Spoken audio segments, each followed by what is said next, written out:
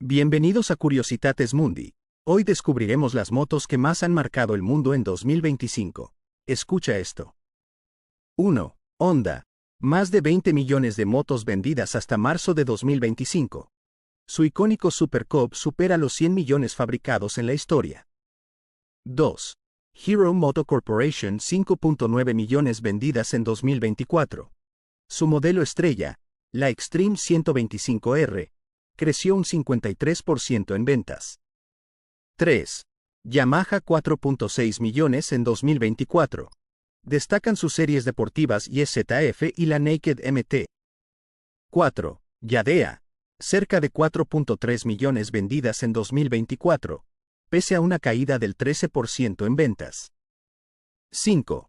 TVS Motor, 3.7 millones de unidades en 2024, con un crecimiento del 12.6% gracias a scooters urbanos. 6. Bajaj Auto, 3.1 millones en 2024. Sus Pulsar y Dominar arrasan en mercados emergentes. 7. Suzuki, 2 millones vendidas en 2024. Modelos emblemáticos como la Hayabusa y la GSX-R siguen siendo referentes. 8. Royal Enfield, 948,000 vendidas en 2024. La Classic 350 lleva más de 4 millones acumuladas en su historia.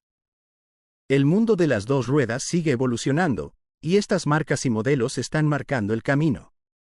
No olvides suscribirte, compartir y activar la campanita para más curiosidades. Nos vemos en el siguiente.